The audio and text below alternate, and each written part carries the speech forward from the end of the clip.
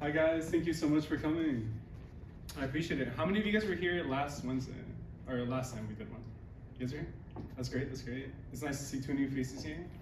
So my name is Jay, and I think I met you at one of The the Club Row things, right? Yeah, I'm so glad you made it, so glad. So today's workshop is gonna be about AI prompts for school, as opposed to one that we had a little bit ago, which was about AI tools. This one, I'm gonna talk more about how to write better prompts on ChatGPT, on Google Gemini, the kind of chatbots that Ando showed you guys a couple weeks ago. So that's what I'm going to cover today. Hopefully this helps you, whether it's for like school, for your assignments, or whether it's for just doing research, for whatever it can help you, just as long as we do it ethically, and I'll have a little slide at the end discussing that. So my name is Jay Castro. I prefer going just by Jay, as it's a little bit simpler to pronounce. So my major is computer science, but I am considering doing electrical engineering and computer science. I don't know. I feel like the more you learn, the more you become more interested in newer subjects. But my current major is computer science. My interests are computer vision, machine learning, drones, mobile development, MMA too. I don't know if you guys watch the UFC or any of that kind of stuff. It's pretty interesting. So my qualifications is just that I'm another student that happens to enjoy learning and teaching other people stuff. I have a lot of experience with software, not necessarily with writing the software. I just have like 2 years of that, but just dabbling around with new technology, learning how it works, learning how to use it best, how to use it most efficiently. I've been doing that for a while, and I like showing people how to do it, especially if it can help you. So table of contents, what we're going to be covering today first is what is prompt engineering itself. It's not a term that's used too commonly, and there's a reason for it. I'll explain later. But it's basically just how to write very good prompts. So then we're going to learn about how to write better prompts. We're going to learn about examples for various topics. It's going to range from business, like if you're a business major, to sociology. I'm going to cover several examples for sociology actually. And they're going to be examples that you probably haven't really thought of, or use cases that you might have not thought of before. Like we all know how to simply ask ChatGPT, hey, help me do this problem, or help teach me this certain subject. But sometimes you can get more use out of it, you can squeeze more use out of it, and I'll show you guys how to do it. And then we're going to cover just a little bit of ethics AI used for school, such as university policies that are currently active, what schools are thinking about it, things to be aware of right now. And the ones we're going to be using today are the chatbots, are ChatGPT 3.5 and Google Gemini. There's also Claude, which I believe Andrew talked about before, and there's a handful of other ones. However, these two are free. They have a lot of functionality. Google Gemini helps you create graphs, which ChatGPT 3.5 can't currently do. And I think we should be very grateful for that, because they're probably going to remove it soon. Google Gemini can also generate images. There was a lot of controversy about that. They didn't do the best job with the image generation, but it's still there. So that's why we're going to be using these two. I don't want to promote stuff that you have to pay for. So first of all, what is prompt engineering? Well, it's basically like a very fancy schmancy term for writing good prompts that get us efficient responses for AI chatbots. Well, what is a prompt? The prompt is just a form of interaction between us humans and then the AI software. Prompts are generally like you asking it something, such as you would do with ChatGPT or Gemini. You could also prompt it different things, but those aren't going to help us too much with school. So why is it important to have well-written prompts? Well, it's important simply just so you don't waste your time. Don't waste your time. Use it as a tool. At the end of the day, that's kind of what we're promoting here. We promoted AI tools during the last workshop. I'm going to promote it more here. That is what we should really target. Like that should be our goal, really, being really efficient with these AI tools, so that then we can do a better job, we can get better promotions, we can create new things that haven't been thought of before. So that's why it's important, just so we don't waste our time. Now, the anatomy of a prompt, of a standard prompt, there's generally 4 parts to it. You don't necessarily have to have all these 4, but the first 2 are for sure necessary. It's instructions, context, data, and then example/format. So I have an example here. This one is create a pros and cons list in terms of societal impact of the Industrial Revolution in America up to present time using knowledge from this passage. Now, what I have there in brackets is an example of text that you would paste. Like let's say you have a PDF of your textbook, and you have this long passageway. You want to analyze that passageway, but only using that particular context. Like you don't want it to pull historical data from Wikipedia, from wherever this AI was trained. You just want to use that passage. Well, that's where you would add it. First, you have your instructions, which is just the command that you're giving. You're saying, hey, do this for me, do this other thing for me. In this case, we have a pros and cons list. The context, as I explained, was simply more data, more information that the AI would use to answer your question. Then we have data. This is additional data that you can give, such as if you were like an engineering student, if you had a lot of data to process to give the AI to process, then you would add it there. That's optional though. And examples is formatting. I'll go more into that, but that's also optional. That's more of that depends on how you are. Are you a visual learner? Do you enjoy graphs? Do you enjoy charts? Do you enjoy paragraph? Do you just concise paragraphs and bullet points? That's what examples and formatting has to do with that. So then how do we write better prompts than what we're currently writing right now? Well, it's important to understand your objectives, specifically with instructions. So you have to understand what you want out of the AI. You can't just copy paste a question like from your homework assignment. It's not gonna help you too much. It's gonna, first of all, I don't think it's very ethical, but it's also just not gonna help you very much. You should really understand, hey, this question that I'm getting, what do I need to know about it? Well, I need help understanding this certain topic that was mentioned in it. I need help with the resources, like maybe you can refer to other historical, we can ask the AI, hey, refer to other historical events that happened related to the one that I'm talking about right now. So just really understand what your objective is to write better instructions. Think of how you want to format it as well. Do you want a bullet point? Will a graph help you? And it's most importantly, just keep it simple. You don't want to overcomplicate it. Thankfully, these LLMs, that's what they're called, large language models, they're very good at just speaking English the way that we do. So if you just are very simple about it, it'll answer exactly what you want. Now context, the number one tip I have for context is just think to yourself, what would you need to know to solve this problem? And that's what you should give the AI model. Just because they know a lot, just because they have, they've been trained on the internet based up to certain points, because then they get refreshed, doesn't mean they know everything. You really have to think to yourself, would I benefit from this knowledge? And if you do benefit, then provide it to it. For example, if you're doing a history paper and you want to analyze a certain piece of text, then you would provide that text. You just want to help it give you the best answer for yourself. After all, it is a tool. We have to think about how we can help it. Another really important thing and useful thing is just refer to other prompts. If you had questions before, if you asked something at a certain date, you can refer back to it. If you have like a physics problem you were working at, and it was explaining how the velocity was changing at a certain time, well, you can refer back to it if you have a question that you think might relate to it. And that would really help you. Inputting data. This has a lot to do with if you're doing like statistics, if you have large sheets, Google Sheets of just pure data, and you want to be able to analyze that, then you can provide that. Then again, this really depends on which AI model you're using. Like ChatGPT 3.5 limits you a lot. You can't upload PDFs, and if you manage to find a way to upload PDFs to Google Gemini, it's not really gonna learn what's on the PDF itself. It's more or less gonna just learn what's on the name of the PDF file, and then give you answers based off of that. So it's very important to, well, that's why it's optional. It's very important to think, like, will my ChatGPT model, will my Google Gemini actually use this data? And if you have a need for it, then you can absolutely provide it. Now, examples of formatting. This one is pretty useful, at least in my opinion. It's useful for me. It's useful for a lot of students who like looking at charts. We kind of grew accustomed to sitting in classrooms for hours at a time, looking at history textbooks, looking at science textbooks, looking at charts. We learn how to read those very well. So if those help you, then you can definitely ask ChatGPT, Gemini, all these models to provide it for you. It helps you get some visual clarity. You can specify how long you want a response to be as well. If you just want a quick summary of a topic, you don't have to waste your time reading 4 paragraphs of it. You can just say, hey, give me 1 paragraph explaining this certain mathematical topic, and it'll give you exactly that. You can say, hey, give me 2 sentences. Hey, explain it to me as if I was a 5-year-old. You can get all these responses. Here's some examples. So you can have tables. The tables aren't the prettiest.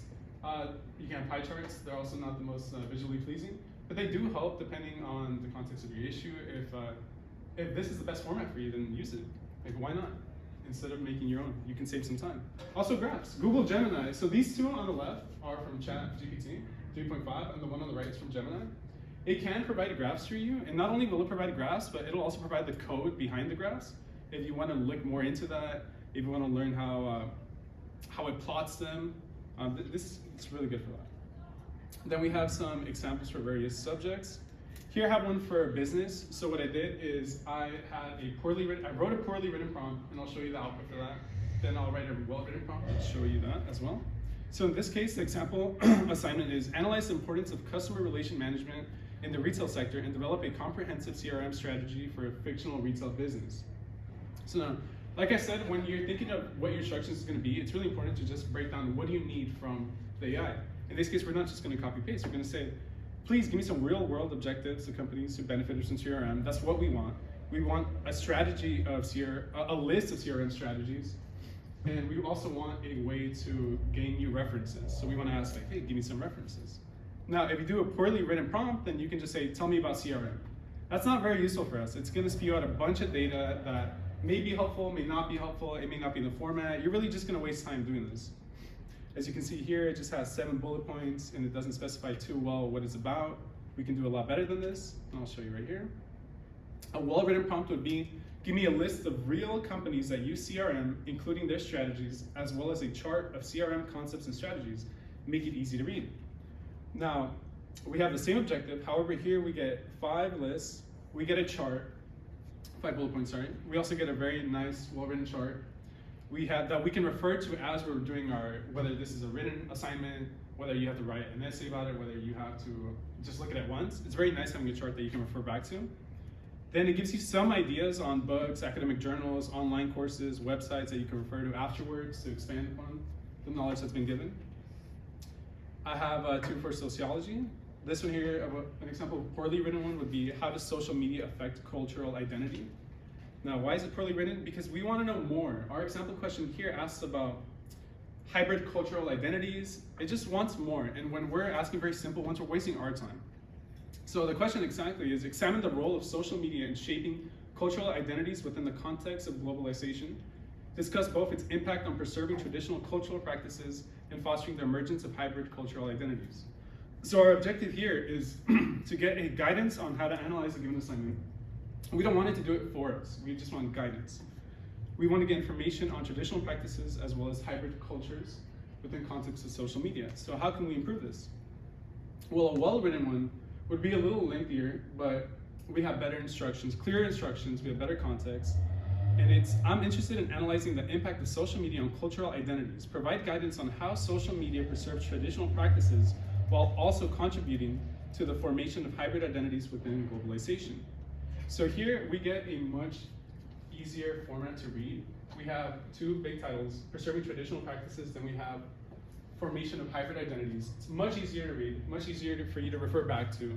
It can help you brainstorm, and it'll overall just help you succeed. So then I have another one that I want to throw in for sociology, which I just call using perspective. So a lot of times when you are working on problems, it might be a little difficult thinking outside the box and thinking how I may see an issue, how someone else may see one. So ChatGPT is actually great for that. If you're struggling with that, you can ask it several things, such as, you can use perspective for this particular problem. Tell me why Home Depot Inc. failed in China from the perspective of a wealthy Chinese businessman. What sociology topics may have contributed to the failure? If you struggle to put yourself in those shoes, if you struggle to find connections that a wealthy Chinese man may have made, then you can ask ChatGPT to help analyze for you, and from there you can look on further. You can also ask it from just a blue-collar Chinese man, Chinese family man, and it'll give you a different response. So just little ways if you're struggling to think of problems from different angles, you can use ChatGPT to help. Gemini will do a great job at this as well. Then we have AI help with decision making. If you, for example, have on your homework, on your research assignment, you've narrowed it down to just a couple of options, a great thing you can do, especially for practice exams, if your professor gives you practice exams with no answers, but you want to double check, maybe none of your classmates have done it yet, you can do this. You can do a multiple choice assistant. So let's say you have several potential answers. You have 4. Well, you're not sure which one of these 4 are going to be it. Well, you can just use some deduction on your own part, and maybe you narrowed it down to 3. You got 3 now. Well, you still don't know. You can ask ChatGPT to actually give you a rating of which answer seems to be the more likely one. So I'll give you an example. What is the primary function of the mitochondria in the eukaryotic cell? So options I have here are protein synthesis, energy production, lipid synthesis, waste removal. So using a little deduction, I was able to tell that it wasn't waste removal. So then what I'm going to do is I'm going to ask, ChatGPT, I'm going to ask you a question and give you 3 choices which I think might be the answer. Give the probability that each choice is correct along with an explanation. And in there I pasted the 3 questions that I had and the ones that I narrowed it down to. Then ChatGPT will respond to you with exactly what you asked it for. As I gave good instructions, good clear instructions. I'm saying, explain to me why each one might be it.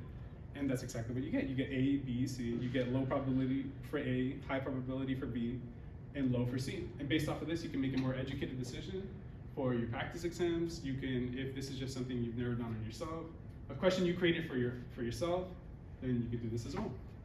This is very, very handy. And if you don't want to do probability, low, high, medium, you could also say out of 10.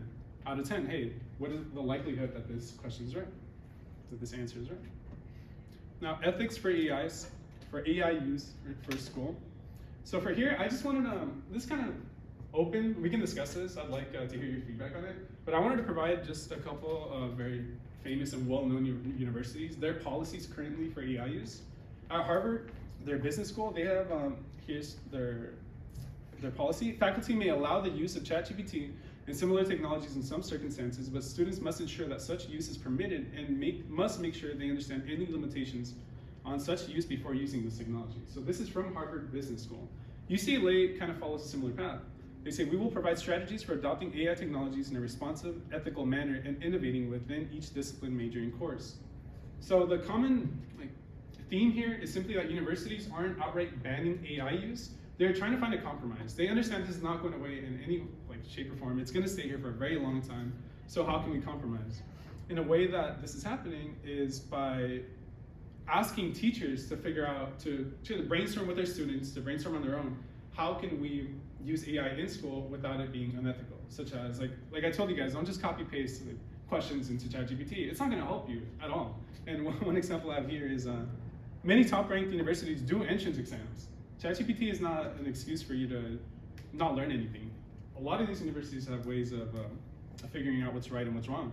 And as well, chatbots tend to hallucinate. I don't know if you guys heard this term, but you can ask ChatGPT a question and it may seem so well written, it may seem like the perfect answer, but once you really dig deeper, you'll see that a lot of the responses, or not a lot, but some of the responses are completely made up. And those are called hallucinations.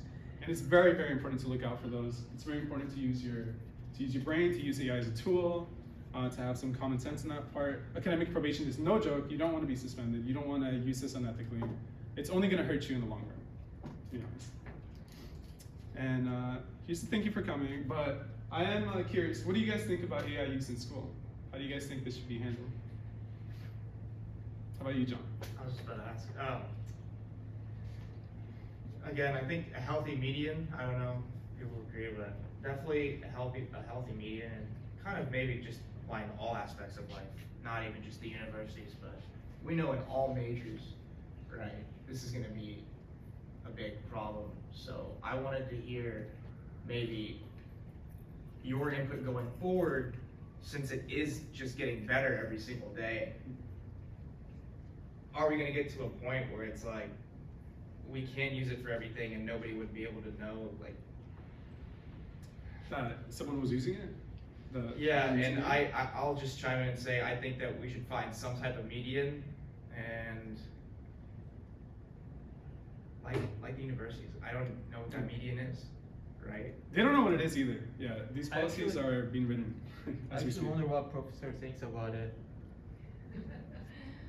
Well, I do see a lot of students, well, not a lot, but a percentage of students are just copying and pasting the assignment or the question into an LLM and then handing in the answer directly.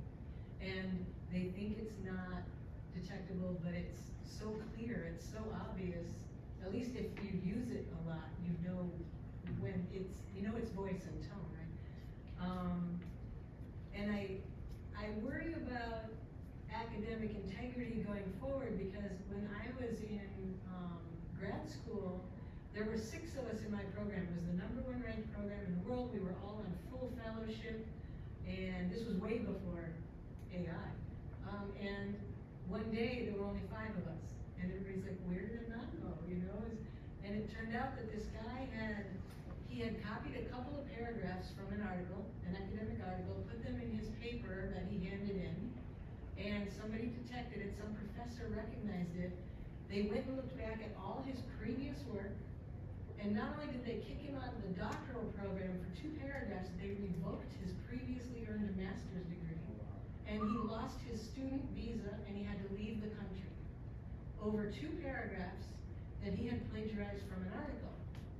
And so academic, plagiarism is no joke. And so if somebody's using ChatGPT or something right now without attribution, it's different if you're saying, oh, I used this and here's how I used it and everything, but they're turning in work as if they wrote it, but it was written by AI. And maybe it doesn't get detected today, but maybe it gets detected a year from now, or 2 years from now, or 5 years from now. They can still revoke those degrees, that are earned. So I like the way that you're teaching how to use it. I just don't see very many students using it that way. They're just directly putting the thing in and then putting it in as their own work without attribution, and they're really playing with fire. Yeah. So. It's a tricky subject, especially because a lot of the AI detectors that exist currently, they're faulty. There's just so many errors with them. I have. Yeah, but it's pretty clear that when a student has used it. It's almost like jumps off the page at you. Well, the reason I mention it is just that they're faulty is to say, like, just to connect that's why universities are currently still writing their policies, and it's changing so often. They're trying to figure out what they can do, because it's obvious when a student uses it. Sometimes it's not as obvious, but it can still be detected. Sometimes it's not detected at all. But the point is that policies are changing actively right now. And if we want to kind of address this, if we want to teach people, hey, these are the ethical ways of using AI, right now would be the time. And that's why I'm very happy doing this workshop. Like, it's very important to know that there are consequences to our actions. Like, academic probation is horrible. Academic integrity is very important. And it's good to know how you can use it to help you while also just not ruining your future. Let's say I'm asking a question on, let's just say a prompt, and it gives me, maybe I'm asking it to explain something to me, or just a general question. How often are the models having hallucination problems, and how can I distinguish when something's a hallucination or maybe some sort of faulty information is being given to me? Is there a certain way to even determine that? How would I know if sometimes, because chatbots aren't perfect, is there a way to distinguish? Well, the safest way would simply be to just look it up yourself. If there's something you read that seems a little fishy, it doesn't make sense, if they're referring you, if they mention a historical event but they're using the wrong times, then you could immediately just look it up, double check. Because after all, this is a tool. You're just verifying that the tool is working well. Sure. So that would be the best way. Another way would, if you want to ask it, like Gemini has a feature where you can edit the prompt that you asked, and you can basically re-ask it again, resubmit it. That's another good way. If you think some of the math is wrong, for example, you can say, hey, this like simple little function, this little equation should have had a different answer. Like, this is incorrect. Can you do this again for me? Can you double check for me? And just like a human would, it will double check and it will run it again. That's another way to work against, or like to combat hallucinations. Okay. Yeah. Go ahead. Can I suggest something, right? Yeah. Yeah, I always ask it when I'm using it as a tool. I always ask it, please let me know where you got this information. Where did you get it? And sometimes it realizes it made it up. And sometimes it'll give me a citation, or sometimes it'll give me a time code in a video, depending on what I'm asking about. It's a great tip. Yeah, it does apologize when it gets it wrong sometimes, yeah. Yeah, and I believe under like ChatGPT, the little message box, and also Gemini, it says that ChatGPT does make errors. Please double check. It tells us to. That's gonna be it. Does anybody have questions on just prompts? Any tips on prompts? Do you guys have any questions you guys ever have? Like any issues when you're writing prompts you need help with? I think that was good. Thank you.